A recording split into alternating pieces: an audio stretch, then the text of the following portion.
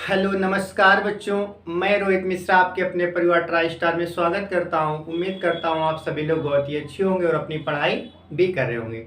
तो बच्चों, मैथ में अपना टॉपिक चल रहा था परसेंटेज, यानी कि प्रतिशत प्रतिशत की बात करें। इसमें कई सारे क्वेश्चन डिस्कस किए थे। वीडियो 4 आपको प्रोवाइड करा दिए गए, जिसमें मैंने बिल्कुल बेसिक से आपको सिखाया कि परसेंटेज क्या होता है, परसेंटेज को फ्रैक्शन में कैसे चेंज करते हैं, फ्रैक्शन से परसेंटेज में चेंज कैसे करते हैं। एक छोटी सी चीज़ें मैंने आपको बताने की कोशिश की है। जिन बच्चों ने यदि वीडियो ना देखा वो सारे वीडियो देखें। मैं आपको यकीन दिलाता हूं कि यदि आपने सारे वीडियो एक बार देख लिए, आपको परसेंटेज में कभी दिक्कत नहीं आने वाली। ठीक है, तो बच्चों चलिए शुरुआत करेंगे। अपना टॉपिक क्या चल रहा था? अपना टॉपिक चल रहा था परसेंटेज। क्या चल रहा था? परसेंटेज। तो बच्चों आपको क्या करना है, ये अभी हमारा आपको जैसे पता है कि यूपी लेखपाल का एग्जाम लगा हुआ है। तो बच्चों यूपी लेखपाल के लिए आपको यूपी लेखपाल में बहुत कम मैथ के चैप्टर दिए गए, वो सारे चैप्टर यहाँ पर कवर कराया जा रहा है। तो आपको सारे चैप्टर एक एक करके क्या करना है, पढ़ना है। और आपके यकीन मानिए बच्चों, आप 25 में से अच्छी मेहनत करेंगे तो 25 में से 25 ला सकते हैं, क्योंकि मैथ ऐसा टॉपिक होता है, ऐसा सब्जेक्ट होता है जिसमें आप पूरे नंबर गेन कर सकते हैं, पूरे नंबर ला सकते हैं। क्योंकि इसमें और फालतू चीज़ें कुछ भी नहीं आती, आपके सिलेबस के अकॉर्डिंग आता है। हाँ, इसमें क्या होता है, थोड़े क्वेश्चन पर डिपेंड करता है, कभी कैलकुलेटिव क्वेश्चन आ जाते हैं, कभी आसान क्वेश्चन आ जाते हैं। तो ये होती है, बाकी जो तरीके होते हैं, तरीके सारे यही होते हैं। तो बच्चों ये ऐसा टॉपिक है जिसमें आप अच्छे नंबर गेन कर सकते हैं। तो बच्चों अपनी पूरी कोशिश रहेगी, पूरी मेहनत के साथ में आपको हम पढ़ाएंगे और आप भी क्या करेंगे, पूरी मेहनत से, पूरी ईमानदारी से पढ़ेंगे। ठीक है बच्चों, तो चलिए हम बात करेंगे परसेंटेज में। अपने टॉपिक पढ़ रहे थे प्रतिशत। प्रतिशत में मैंने इसमें 6 से 7 टाइप करा दिए थे क्वेश्चन। मैंने कहा था भी 2-3 टाइप के क्वेश्चन और कराएंगे, यानी कि इससे संबंधित जितने टाइप के क्वेश्चन बन सकते हैं, भले हमारे वीडियो 5, 6, 7, 8 क्यों ना बने, जब तक हमारे एक एक टाइप क्लियर नहीं हो जाएंगे तब तक बच्चों हम क्या करेंगे, आपको पढ़ाते रहेंगे। क्योंकि यहाँ से आप ये मानिए कि सबसे ज़्यादा क्वेश्चन पूछे जाते हैं, 2 से 3 क्वेश्चन हमारे इसी टॉपिक से बन जाते हैं। तो ऐसे टॉपिक को हम क्यों छोड़ें, एक एक चीज़ हम बच्चों इसमें पढ़ने वाले हैं। चलिए तो शुरुआत करेंगे। आज का अपना पहला क्वेश्चन है, मैंने पिछली क्लास में कई सारे क्वेश्चन आपसे कराए थे। आज का अपना पहला क्वेश्चन क्या है? आज का अपना पहला क्वेश्चन ये है कि अमन का खर्च विमल के खर्च से, पहला क्वेश्चन आज का, अमन का खर्च, अमन का खर्च, अमन का खर्च विमल के खर्च से, विमल के खर्च से, अमन का खर्च विमल के खर्च से, बोला गया कि अमन का खर्च विमल के खर्च से 30% अधिक है, 30% अधिक है, अधिक है, तथा तथा फिर बच्चों बोला गया है कि विमल का खर्च रमन के खर्च से 10% कम है। विमल का खर्च, विमल का खर्च रमन के खर्च से, रमन के खर्च से, खर्च से 10% कम है। 10% क्या बच्चों, कम है। ठीक है, यदि तीनों के खर्च का योग, यदि तीनों के खर्च का योग, के खर्च का योग, तीनों के खर्च का योग, यदि तीनों के खर्च का योग 6447 रुपये है, 6447 रुपये है, तो अमन का खर्च कितना है? तो अमन का खर्च आपको बताना है। किसका खर्च बताना है? अमन का खर्च। ठीक है, अमन का खर्च बताइए। तो देखिए बच्चों, ये हमारा पहला आज का क्वेश्चन। आप जानते हैं कि ऐसे क्वेश्चन हमारे एग्जाम में अक्सर पूछे जाते हैं। तो क्वेश्चन हमारे लिए कैसा रहेगा, तो आप कहेंगे क्वेश्चन ये इंपॉर्टेंट क्वेश्चन रहने वाला है। जितने क्वेश्चन इस पे वो कराए जाएंगे जो किसी ना किसी एग्जाम में पूछे गए हैं और आपके एग्जाम में पूछे जाने की संभावना 100% है, वही सारे क्वेश्चन कराए जाएंगे। तो हर एक टाइप इसमें क्लियर कराया जाएगा। इस टाइप का क्वेश्चन बच्चों पूछा जाता है कि अमन का खर्च विमल के खर्च से इतना अधिक है और विमल का खर्च रमन के खर्च से इतना कम है। इन सब का योग दे रखा है 6447। आपसे पूछा गया अमन का बताइए। आपसे अमन का पूछा जा सकता है, रमन का पूछा जा सकता है, विमल का पूछा जा सकता है, यानी कि तीनों की वैल्यू आपसे पूछी जा सकती है। हम आपको तीनों की वैल्यू निकाल कर दिखाएंगे। एक ही क्वेश्चन में आप 3 क्वेश्चन निकालेंगे। ठीक है, चलिए तो सबसे पहले अब बात यह आती है कि इस टाइप के क्वेश्चन को करते कैसे हैं। तो बच्चों इसमें जब योग दे रखा होता है तो आपको सबसे पहले रेशियो निकालना होता है। क्या निकालना होता है? रेशियो। इसलिए मैंने रेशियो चैप्टर सबसे पहले आपको बताया था। आप क्या करेंगे, तीनों का रेशियो निकालेंगे और तीनों के रेशियो को आप जोड़ करके किसके बराबर करेंगे, तो आप बोलेंगे 6447 के बराबर करने वाले हैं। यानी कि तीनों के रेशियो को आपको क्या करना है, जोड़ देना है। तो बच्चों कैसे करेंगे, सबसे पहले तीनों नाम लिखेंगे। नाम कौन कौन से हैं? पहला हमारे पास नाम आता है अमन का, दूसरा आता है विमल का और तीसरा किसका आता है, रमन का आता है। अमन, विमल, रमन। बच्चों इसे अगर बेसिक से बताएं तो पहले क्या करेंगे, आप दोनों को अलग अलग निकालेंगे, फिर दोनों को अलग अलग निकालेंगे, फिर से समिट रेशियो करेंगे तो क्वेश्चन बड़ा हो जाएगा। लेकिन इसका हम एक ऐसा तरीका बताने वाले कि आप डायरेक्ट रेशियो निकाल सकते हैं। हालांकि इसके रेशियो निकालने का तरीका क्या होता है, पहले अमन विमल का अलग निकालेंगे आप, फिर विमल रमन का अलग निकालेंगे, फिर तीनों का एक साथ निकालेंगे। बच्चों क्वेश्चन थोड़ा सा बड़ा हो जाता है, तो हम नहीं चाहते कि आपका क्वेश्चन बड़ा हो। तो इस क्वेश्चन को आसान बनाने के लिए हम क्या करेंगे, एक साथ सबका रेशियो निकालने वाले, ठीक है, एक साथ। और इस तरीके में आपको सबसे पहले पीछे से सोल्व करना होता है। कहाँ से? पीछे से। तो देखिए, अमन का खर्च विमल से अधिक है, ठीक है। विमल का खर्च रमन से कितना है, 10 है, यानी 10% कम है। तो हम क्या करते हैं, रमन को मान लेते हैं कि माना रमन का खर्च 100%, क्योंकि कोई चीज हमेशा क्या होती है, 100% होती है। मान लेंगे कि जो रमन है तो उस रमन का मान लेते हैं उसका 10% है।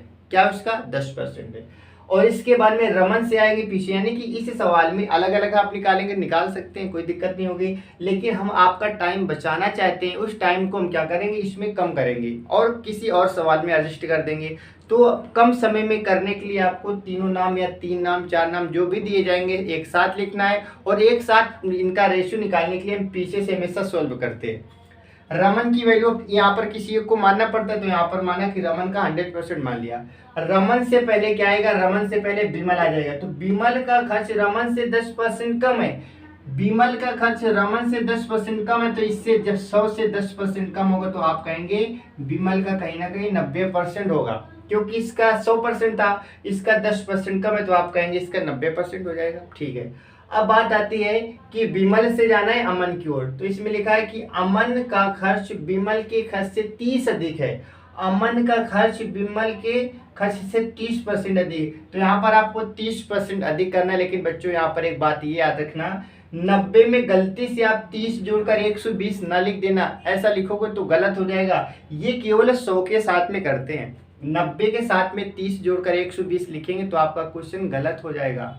आपको एक एक चीज समझनी है, यहाँ पर इसके साथ में नहीं जोड़ा जा सकता है, इसे केवल 100 के साथ में 100 के साथ में जोड़ते हैं। बाकी के साथ में ये बोला गया अधिक है, तो आपको पहले अधिक निकालना पड़ेगा। तो यहाँ पर क्या करेंगे, 90 का 130% निकालेंगे, क्योंकि 90 में क्या है, 30% अधिक है। 130 आप निकालेंगे बटे 100 करेंगे, क्योंकि परसेंटेज हटाएंगे, 2 जीरो से 2 जीरो काटेंगे, 104, 13 नमैया 117। तो फाइनली आप यहाँ पर क्या लिखने वाले, 117 लिखने वाले हैं। क्या 117% लिखेंगे, ठीक है, 117 आप लिखेंगे।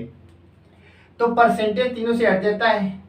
ये फाइनली हमारे पास क्या गया, परसेंटेज मानो या आप मान लेते हैं 100 मान लेते हैं। हमारे पास माना रमन की वैल्यू 100 मान ली, ये 10% कम है तो ये 90 हो जाएगी। और इससे ये क्या है, 30% अधिक है, इससे अधिक है ना कि इससे अधिक है। इससे अधिक होता तो यहाँ पर जोड़ देते 130 हो जाता। अब 90 से 30 अधिक है, तो 90 का 130 बटे 100 करेंगे तो कितना आएगा, 117। ये फाइनली हमारा इन तीनों का क्या बन गया, रेशियो बन गया। अब आपसे कहा गया है कि इन सबका योग क्या दे रखा है, 6447, इन सबका योग करना है। इन सबका योग जब आप करेंगे तो 100 और 100 200, 290, 10 यहाँ से लेंगे 300 हो जाएगा, और 7 में बचा क्या, 7 बचा, तो 317 हो जाएगा। क्या बताइए, सबको आप जोड़ेंगे तो क्या हो जाएगा, 317। ये किसके बराबर होगा, 6447 के बराबर होगा। बताइए जब जोड़ेंगे तो क्या 317 हो जाएगा, बिल्कुल, क्योंकि 10 इसके साथ देंगे तो यहाँ पर भी 100 100 100 100 तो बन जाएगा, 300 बचा हमारे पास, 7 317 हो गया। अब आपसे पूछा गया कि अमन का खर्च बताइए। अमन का खर्च बताने पहले एक की वैल्यू निकाल लेते हैं। जब एक की वैल्यू आप निकालेंगे तो लिखेंगे 1 बराबर 6447 बटे क्या लिखेंगे, बटे लिख देंगे 317। क्या लिखेंगे, 317 लिख देंगे। अब इसमें आपको 317 का भाग देना है, आपका आंसर आ जाएगा। 317 का आप जैसे भाग देंगे तो क्या होगा, इसमें आपका आंसर आ जाएगा। तो 317 का हम भाग दे लेते हैं यहाँ पर। 317 का आपको भाग ऐसे देना है 64 47 में, ठीक है। तो चलिए देखेंगे कितनी बार जाएगा। पहले 17 दूनी 34, 2 बार चला जाएगा, 2 का मल्टीप्लाई करेंगे, 2 सत्ते 14, 2 एक कम 2 1 3 और 2 3 6, घटा देंगे, यहाँ पर बचेगा 0, यहाँ पर बचेगा 1, उतार लेंगे क्या 7 उतार लेंगे, ठीक है। इतनी बार चला जाएगा, इतनी बार जाएगा। इसके बाद में वैल्यू किसकी पूछी गई थी, तो इसमें पूछी गई थी कि बताइए अमन का खर्च। तो अमन की वैल्यू क्या थी 117 थी, क्या थी 117। तो आप क्या करेंगे यहाँ पर 117 का आप मल्टीप्लाई करेंगे, क्या करेंगे 117 का मल्टीप्लाई करेंगे। इसके बाद में जब आप इससे सोल्व करेंगे तो आपका आंसर आ जाएगा, ठीक है। जो भी आपका आंसर आ रहा होगा तो आपका आंसर आ जाएगा, ठीक है। जो भी इसमें आपका आंसर आएगा इससे आप सोल्व करेंगे तो आपका आंसर क्या होगा 100% आ जाएगा। तो इसमें एक बार फिर से समझेंगे। बोला गया था कि 3 लोग हैं, अमन विमल रमन लिख दिया। रमन का मान लिया 100, तो इसका 10 100 कम हो जाएगा 90 हो जाएगा। इससे ये कितना अधिक है 30 अधिक है, तो 13 8 104, 13 9 117 हो जाएगा। इन सबको जोड़ेंगे, 10 इसके साथ दे देंगे तो ये 100 200 300 और यहाँ पर क्या बचेगा 7 बचेगा, तो 300 यहाँ पर 307 आएगा। क्या आएगा बच्चों 307 आएगा। यहाँ पर क्या आ जाएगा 307 आ जाएगा। यहाँ पर 307 आएगा बच्चों, यहाँ पर 307 आ जाएगा, ठीक है। आप 307 यहाँ पर आएगा 307, आप इसे सोल्व करेंगे आपका आंसर आ जाएगा। तो यहाँ पर 307 का भाग देंगे तो पूरा पूरा कटना चाहिए, पूरा पूरा कट जाएगा। तो देखिए 307 का तो भाग कितनी बार जाएगा 2 बार जाएगा, तो कितना आएगा 14 और यहाँ पर 3 दूनी 6, घटा देंगे 0 3 और यहाँ पर 7, कितनी बार जाएगा 300 एकम 307। ये पूरा कट गया, कितनी बार गया 21 बार गया। आप क्या करेंगे 21 गुणा 117 करेंगे, 21 गुणा 117 करेंगे, आपका क्या आ जाएगा आंसर आ जाएगा, ठीक है। तो बच्चों उम्मीद है आप इतना मल्टीप्लाई तो कर ही सकते हैं, ठीक है। तो ये क्वेश्चन क्या आपको समझ आया क्या, बिल्कुल आया होगा। आप इस हिसाब से करेंगे तो आपका क्वेश्चन और आसानी से हो जाएगा, ठीक है। टाइम यहाँ से बचा सकते हैं। तो इस टाइप के क्वेश्चन को आपको ऐसे करना है, ठीक है बच्चों। चलिए अब देखेंगे अगला क्वेश्चन। तो उम्मीद है कि ऐसे क्वेश्चन आप आसानी से कर पाएंगे। हालांकि ये क्वेश्चन देखा जाए तो एक प्रकार का ये किसका रेशियो चैप्टर का क्वेश्चन था, ठीक है। रेशियो का क्वेश्चन था, कोई दिक्कत इसमें नहीं होगी। अब देखेंगे हम अगला क्वेश्चन हमारे पास क्या दे रखा है। नेक्स्ट क्वेश्चन हमारे पास है बच्चों, अगला क्वेश्चन देखेंगे।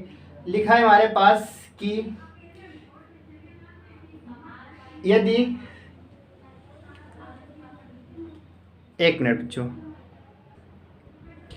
तो बच्चों अब देखेंगे अपना अगला क्वेश्चन देखेंगे। नेक्स्ट क्वेश्चन हमारा आता है मिश्रण से संबंधित। हालांकि ये चैप्टर हमारा अलग होता है, इस चैप्टर को अलग भी पढ़ेंगे और यहाँ पर मिश्रण से संबंधित भी क्वेश्चन बनता है, हमारा परसेंटेज में बन जाता है। वो कौन सा क्वेश्चन होता है इस क्वेश्चन को देख लेंगे। जैसे हमारे पास क्वेश्चन क्या लिखा हुआ है, ठीक है। 300 ग्राम चीनी की घोल में, क्वेश्चन हमारे पास क्या है 300 ग्राम चीनी के घोल में, चीनी के घोल में 300 ग्राम चीनी के घोल में 300 ग्राम चीनी के घोल में 40% चीनी है। क्या है 40% चीनी है बच्चों। इसका बहुत ही एक लाजवाब तरीका हम आपको बताने वाले हैं जिससे आप क्वेश्चन को बहुत शीघ्र कर पाएंगे। इसमें कितने ग्राम चीनी और मिलाई जाए, इसमें कितने ग्राम चीनी और मिलाई जाए, चीनी कितने ग्राम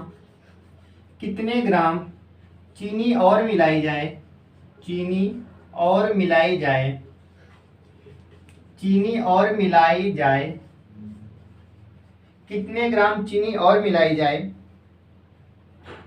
ठीक है। कि नए घोल में 50% चीनी हो, कि नए घोल में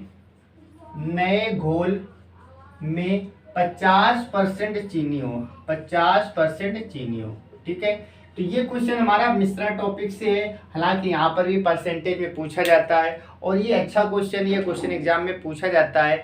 यानी कि इसमें ये कहा गया है कि 300 ग्राम चीनी के घोल में एक घोल तैयार किया गया जिसमें 300 ग्राम चीनी थी, जिसमें बोला गया कि 300 ग्राम का टोटल घोल था, उस 300 ग्राम में 40% चीनी है, उस घोल में 40% के, तो आप कहेंगे 40% चीनी है, ठीक है। इसमें से कितने ग्राम चीनी और मिला दी जाए, इस मिश्रण में, इस घोल में कितनी और चीनी मिला दें कि अब उसकी मात्रा 50% हो जाए। यानी कि पहले घोल में देखा गया कि चीनी 40% थी, अब हम चाहते हैं इस घोल में थोड़ी और चीनी मिला दें, और थोड़ी चीनी मिला दें। तो कितनी चीनी मिला दें कि इस बार क्या हो जाए, चीनी का परसेंटेज 50 हो जाए। कितना हो जाए, 50% चीनी हो जाए। तो इस टाइप के क्वेश्चन कैसे करते हैं, इसके लिए हम एक ही तरीका बताएंगे जो कि सबसे बेस्ट तरीका होगा, आप कभी नहीं भूलने वाले, बिल्कुल आसान इसका तरीका बताने वाले हैं। इसमें आपको करना क्या है, सबसे पहले जो इसमें वैल्यू दी जाती है आपको ऐसे लिख देना है। इसमें दो चीज़ों की बात की गई है, क्या है, एक तो हमारे पास घोल है और दूसरी हमारे पास क्या है, चीनी की मात्रा है। जिसके बीच में जिक्र किया गया उन दोनों को पहले नाम लिख देना है। गोल और चीनी की बात हो रही, मैंने गोल और चीनी लिख दिया। इसमें ये बोला गया कि पहली कंडीशन में 40% चीनी है। 40% क्या है, चीनी। बताइए, घोल हमेशा 100% होता है, 100% होता है। 100 में से जब 40% चीनी होगी तो बाकी जो पानी बचा होगा वो बताइए 60% होगा कि या नहीं होगा, 60% हो जाएगा। टोटल हमारे पास 100% होता है, 100 में से 40% जब चीनी होगी तो 60% क्या होगा, जो अदर हमारे पास लिक्विड होगा। इसके बाद में अब बोला गया कितने ग्राम चीनी और मिला दी जाए कि नए घोल में 50% चीनी हो जाए। यानी कि अब चीनी को हमें 40 से करना है 50%। बताइए 100% होता है, 100 में जब 50 चीनी हो जाएगी तो 50% घोल होगा कि नहीं होगा, बताइए घोल होगा कि नहीं होगा। तो हमारे पास क्या गया, हमारे पास आ गया इतना आ जाएगा। ठीक है, तो ये चीज अगर आपको बनानी आगे तो आप आसानी से क्वेश्चन कर पाएंगे। सबसे पहले कि सवाल में जिसका जिक्र हो उसको लिखना है आपको। इसके बाद में परसेंटेज आप लिखना है। इसमें बोला गया था कि 40% चीनी, यहाँ पर लिखा 40%। जब 40% चीनी होगी, टोटल 100% चीज होती है, तो 60% हमारे पास गोल बचेगा।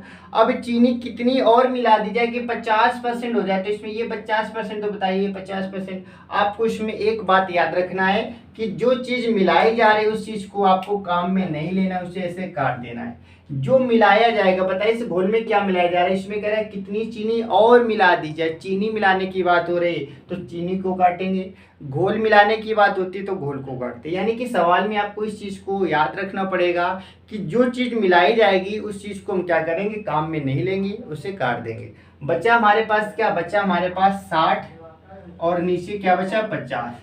ऊपर भी परसेंटेज है, नीचे भी परसेंटेज, तो आप जानते हैं कट जाएगा। तो आपको ऐसे लिख देना है 60/50 मल्टीप्लाई जो वैल्यू दी जाए उस वैल्यू को आपको यहाँ पर पुटअप कर देना है। बताइए परसेंटेज से परसेंटेज काटेंगे, 0 से आप 0 काटेंगे, 5 से काटेंगे, 60 बार कटेगा, 60 का मल्टीप्लाई करेंगे 36 यानी 360 हो जाएगा। कितना हो गया, 360। बताइए पहले चीनी कितनी थी, तो आप कहेंगे पहले घोल टोटल कितने का था, 300 ग्राम का था। अब कितना हो गया, 60 का हो गया, 60 360 का हो गया। तो 360 होने का मतलब क्या हुआ, आप कहेंगे इसमें 60 का इंक्रीज हो गया, यानी कि 60 ग्राम चीनी और मिला दी गई। भाई टोटल घोल हमारे पास क्या था, 300 ग्राम का था। अब घोल कितनी का हो गया, 360 ग्राम का हो गया, और मिलाया क्या गया, चीनी। यानी कि चीनी कितनी मिला दी गई होगी, तो चीनी को 60 ग्राम और मिला दिया गया होगा। ठीक है, 60 ग्राम चीनी और मिला दी गई, तो इसका आंसर क्या हो जाएगा, 60 gram is the right answer. ठीक है, तो इसमें 60 ग्राम चीनी मिलाएगी। बताइए ये क्वेश्चन समझ आ गया होगा। इस क्वेश्चन में कुछ भी खास ऐसा नहीं है। आपको करना क्या है, जिनके विषय में जानकारी दी गई है उनको नाम लिखना पहले, और जो मिलाया गया उसको काट देना, बाकी जो बचेगा एक दूसरे के बटे लिखेंगे, टोटल वैल्यू से मल्टीप्लाई करेंगे, आपका आंसर आ जाएगा। एक क्वेश्चन और ऐसा देखेंगे तो चीज़ें क्लियर हो जाएंगी।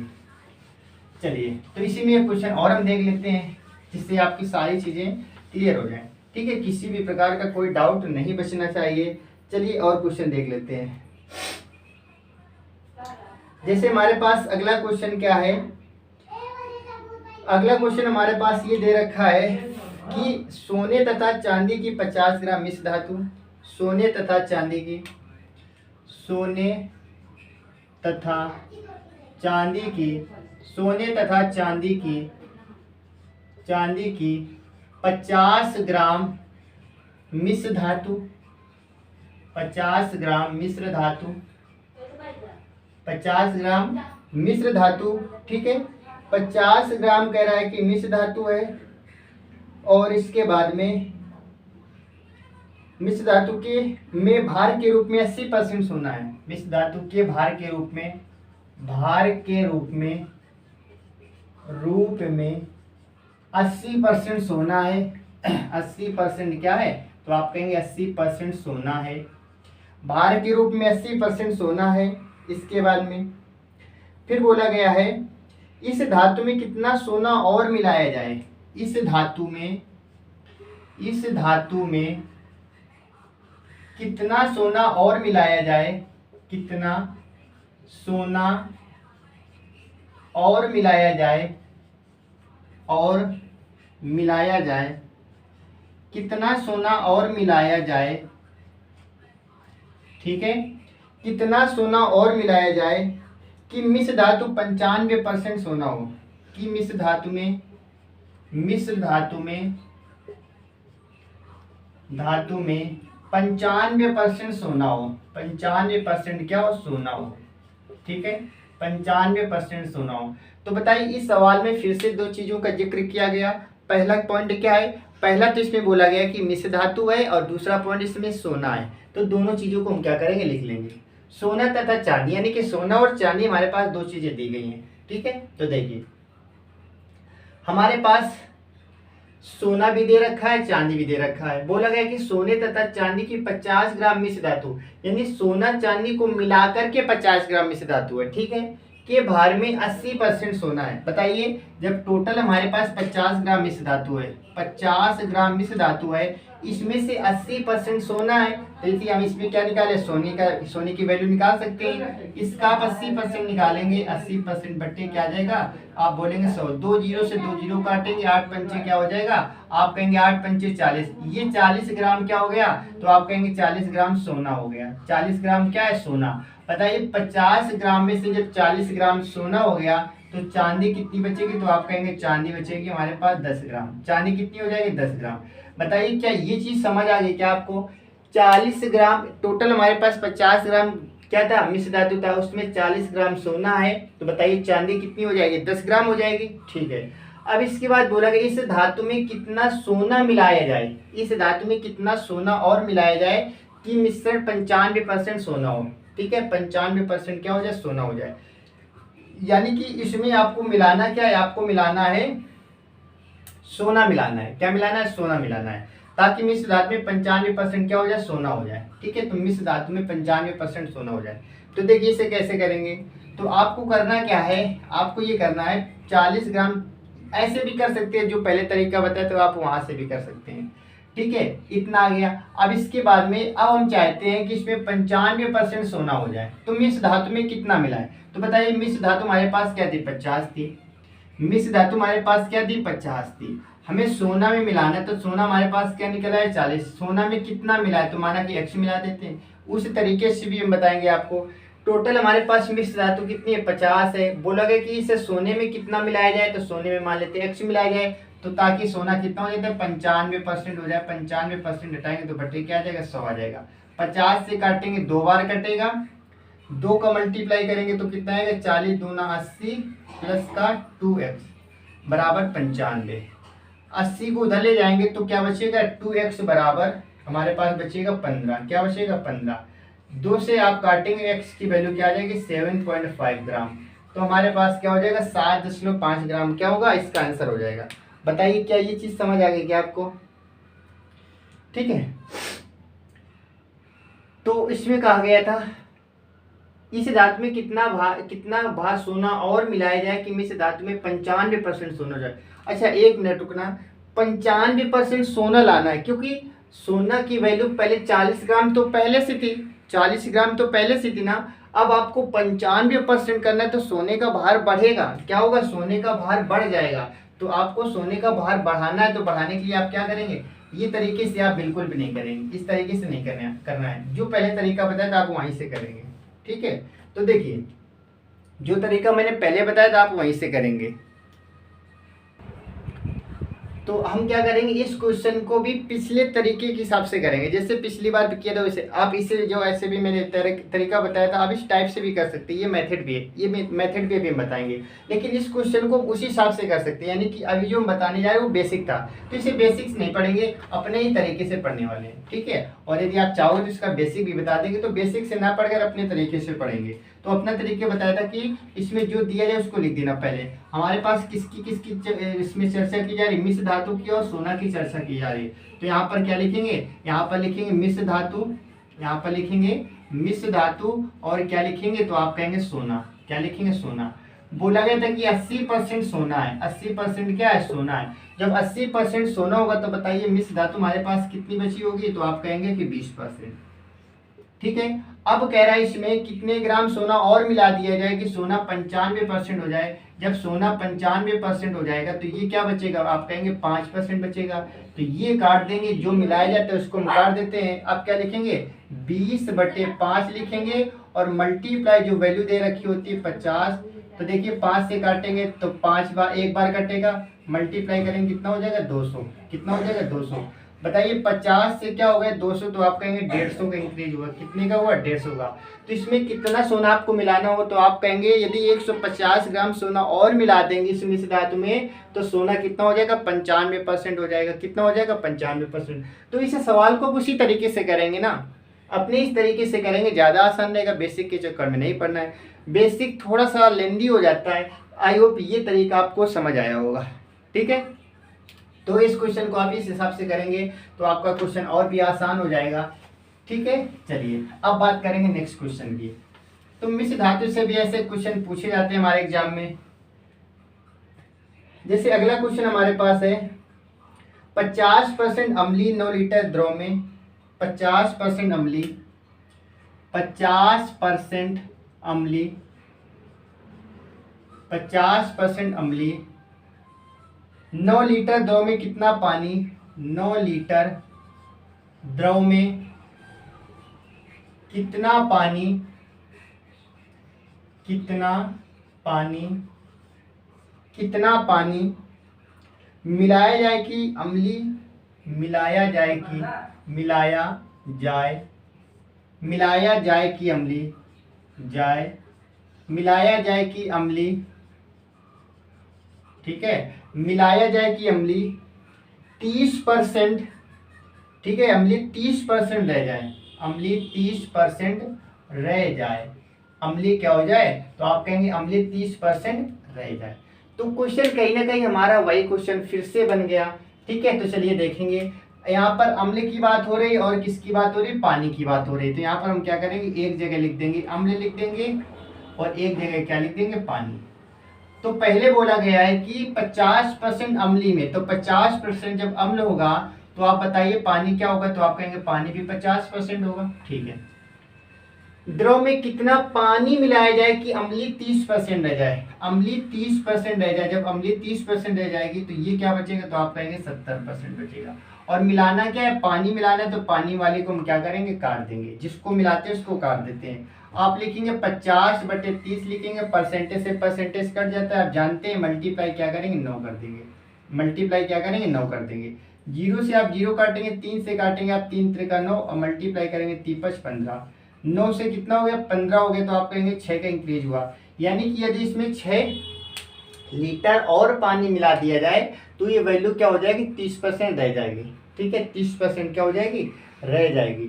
तो बताइए क्या ये क्वेश्चन आपको समझ आ गया क्या, आई होप आपको ये क्वेश्चन समझ आया होगा। ठीक है, तो ये मिश्रण से इस टाइप के क्वेश्चन पूछे जाते हैं। तो एक ही टाइप के मैंने 3 क्वेश्चन करा दिए और 3 क्वेश्चन करने के बाद में तो डाउट बचता ही नहीं है। ठीक है, अब इसमें कोई डाउट नहीं होगा, आप आसानी से कर पाएंगे। अब हम बात करेंगे नेक्स्ट क्वेश्चन की। नेक्स्ट क्वेश्चन हमारे पास क्या दे रखा है, अगला क्वेश्चन देखेंगे। नेक्स्ट क्वेश्चन हमारे पास है,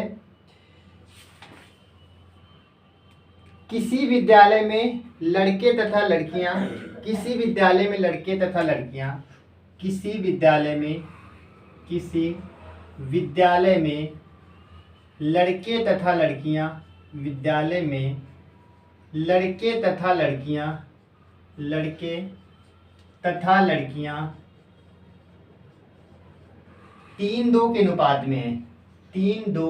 ठीक है, 3:2 के अनुपात में है। यदि के अनुपात में है, अनुपात में है, 3:2 के अनुपात में है, यदि यदि बोला गया इसमें, यदि 20% लड़के तथा 30% लड़कियां छात्रवृत्ति, 20% लड़के तथा 30% लड़कियां छात्रवृत्ति,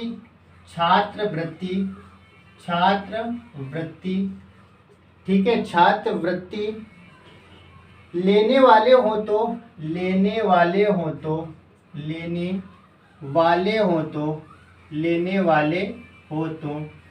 तो आपको बताना है कि 3% यानी कि 20% और 30% ऐसे छात्र हैं जिनको वजीफा स्कॉलर मिलती है।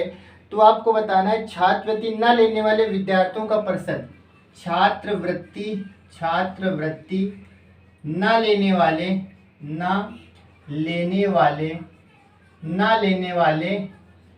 बताना है कि विद्यार्थी का परसेंटेज क्या होगा, विद्यार्थी का प्रतिशत क्या होगा।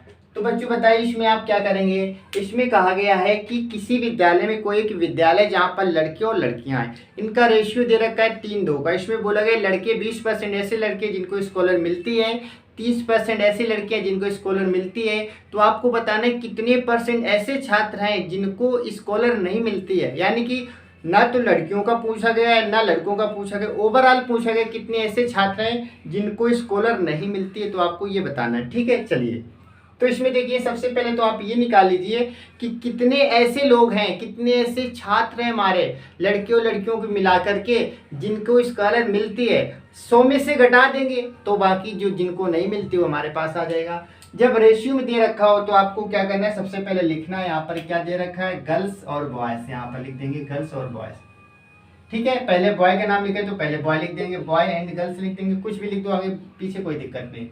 तो यहाँ पर लड़के कितने, तो आप कहेंगे लड़कों का रेशियो 3 है और लड़कियों का रेशियो क्या है, 2 है। आप यहाँ पर क्या करेंगे, इसका 20% निकालेंगे, इसका 30% निकालेंगे, कोई दिक्कत नहीं होने वाली। लेकिन हम चाहते हैं कि आपकी वैल्यू किसमें, पॉइंटों में न जाए। तो आप क्या कर सकते हैं, अपने मन से यहाँ पर 0 लगा सकते हैं, ठीक है। इसे हम ब्लू पेन से लिख दे रहे हैं ताकि समझ आए कि इसे अलग से लगाया गया है। इसमें दिए अपने मन से 0 लगा दें, यहाँ पर भी 0 लगा दें, क्या कोई मान में फर्क पड़ेगा क्या।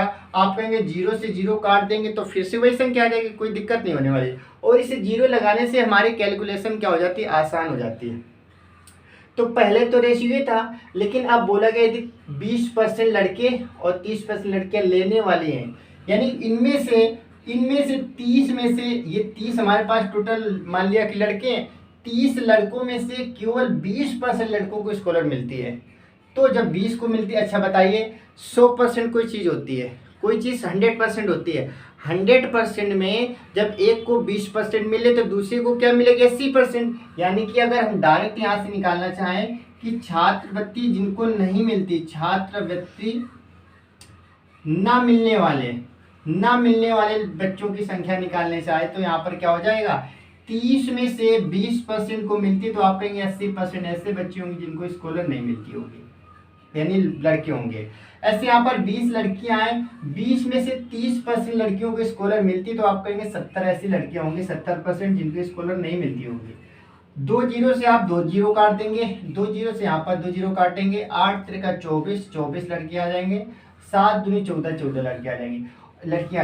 ये 24 लड़के ऐसे हैं जिनको स्कॉलर नहीं मिलती है, ये 14 लड़कियां ऐसी हैं जिनको स्कॉलर नहीं मिलती। आपसे ये तो पूछा गया स्कॉलर ना मिलने वाले विद्यार्थियों की संख्या, इन दोनों को आप जोड़ देंगे तो कितना आएगा, 4 4 8 2 1 3, यानी कि 38 ऐसे हमारे विद्यार्थी जिनको स्कॉलर नहीं मिलती। टोटल विद्यार्थी कितने थे, तो आप कहेंगे टोटल विद्यार्थी हमारे पास कितने थे, 3 2 5 यानी 50 थे। 50 विद्यार्थी में से 38 विद्यार्थियों की स्कॉलर नहीं मिलती है, लेकिन आपसे परसेंटेज पूछा गया है तो आप क्या करेंगे, 38/50% में लाने के लिए 100 का मल्टीप्लाई, 50 दूना 100 मल्टीप्लाई करेंगे, 2 8 16 2 3 6 7, 76%। आंसर क्या आएगा, 76% ऐसे बच्चे हैं जिनको स्कॉलर नहीं मिलती है। 76% ऐसे बच्चे हैं जिनको स्कॉलर नहीं मिलती। यदि आपसे पूछा जाता है कितने % ऐसे छात्र हैं जिनको स्कॉलर मिलती है, तो आप फिर यहाँ पर क्या करते, इसका 20% निकालते, इसका 30% निकालते, फिर आप निकालते तो आंसर आ जाता है। ठीक है, तो ये चीज़ आपको समझ आ गई होगी कि मैंने डायरेक्ट कैसे निकाला। आप कैसे निकालते, आप पहले निकालते कितनी को मिलती है, फिर माइनस करते, थोड़ा सा सवाल बड़ा हो जाता, लेकिन ये तरीका आपको सबसे अच्छा लगा होगा, ऐसी आशा है आपसे। चलिए अब हम बात करेंगे अपने नेक्स्ट क्वेश्चन की। तो ये क्वेश्चन आपको समझ आ गया होगा। ठीक है, अच्छा क्वेश्चन था, इंपॉर्टेंट क्वेश्चन था और एग्जाम में पूछा गया क्वेश्चन था, और आपके एग्जाम में भी फुल चांसेस है, पूरी संभावना है कि ऐसे क्वेश्चन जरूर पूछे जाएंगे, और ऐसे क्वेश्चन पूछे जाएंगे तो आप बिल्कुल भी गलती नहीं करेंगे, ऐसी आपसे उम्मीद रख सकते हैं। ठीक है, चलिए अब हम बात करेंगे नेक्स्ट क्वेश्चन की। नेक्स्ट हमारे पास क्या दे रखा है,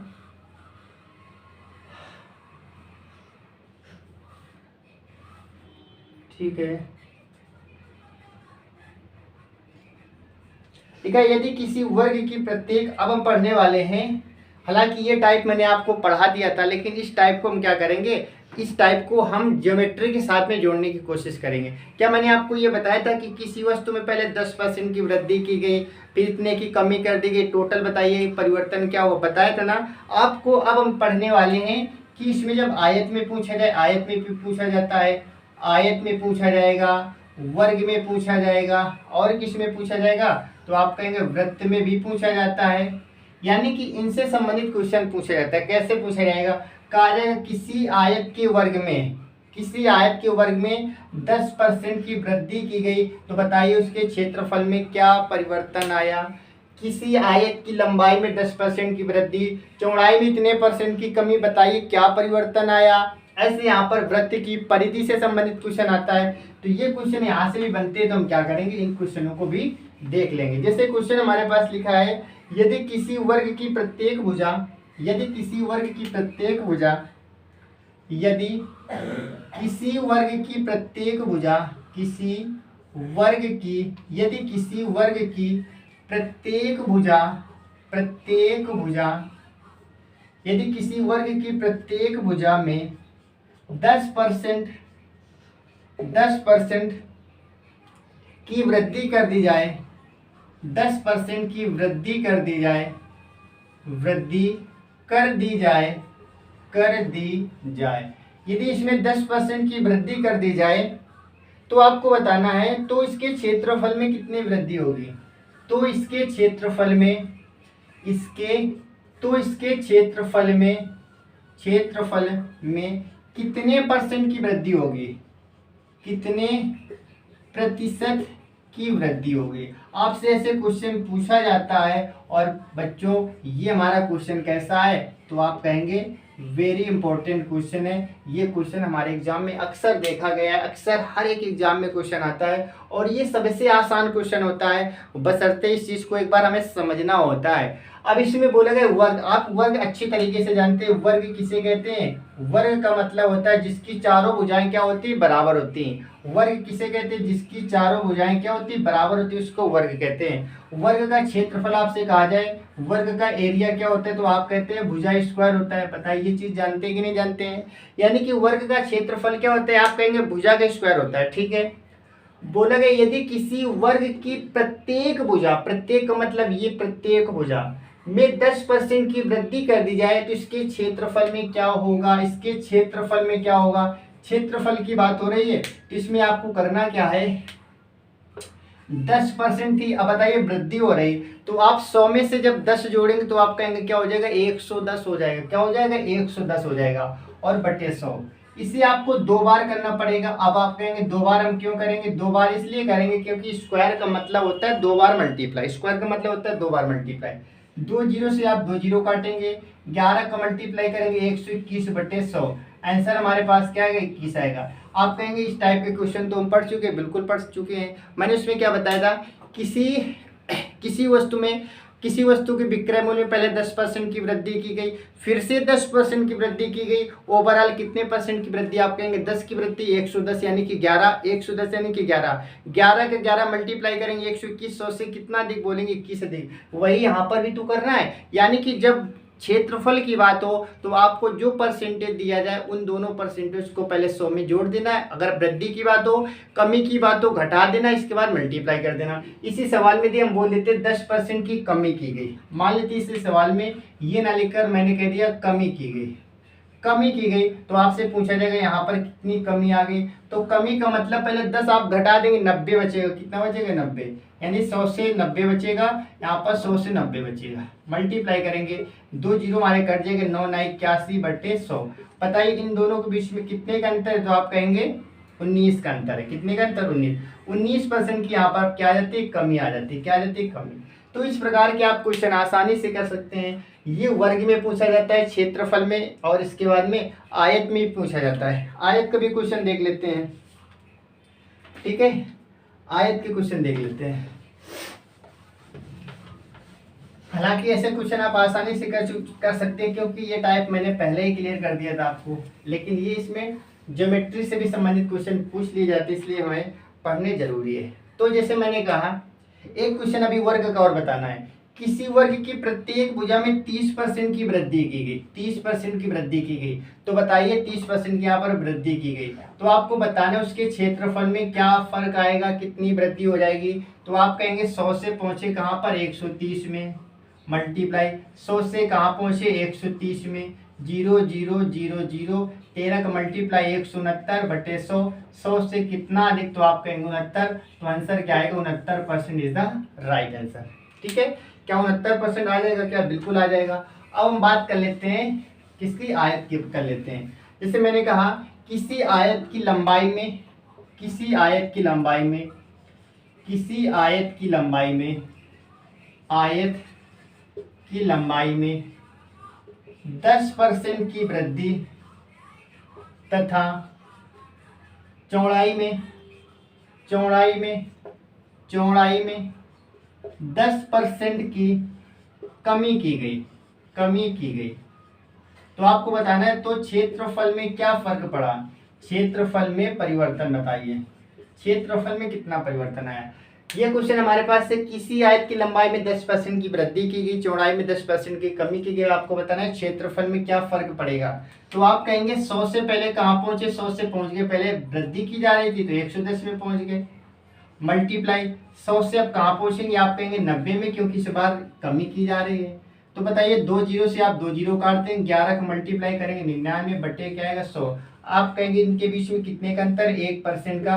और 1% किसके बारे में बता रहे हैं? कमी के। 100 से कम हो तो कमी, 100 से अधिक हो तो वृद्धि। तो इस टाइप के क्वेश्चन आपसे पूछे जाते हैं और आप आसानी से ऐसे क्वेश्चन कर सकते हैं। इन क्वेश्चनों में आपको कोई समस्या होने वाली नहीं है। ठीक है, तो ये क्वेश्चन हमारे कंप्लीट हो जाते हैं। ठीक है, तो इस प्रकार के आप क्वेश्चन कर सकते हैं। अब इसके बाद में इसमें देखेंगे, एक दो क्वेश्चन और देख लेंगे। इसके बाद में हम क्या करेंगे, आज की अपनी क्लास यहीं पर ओवर करेंगे। और इसके बाद में एक इसका वीडियो और हम लेकर आएंगे, जिसमें हम क्या करेंगे, इस चैप्टर को कंप्लीट करेंगे। तो एक, ठीक है, चलिए।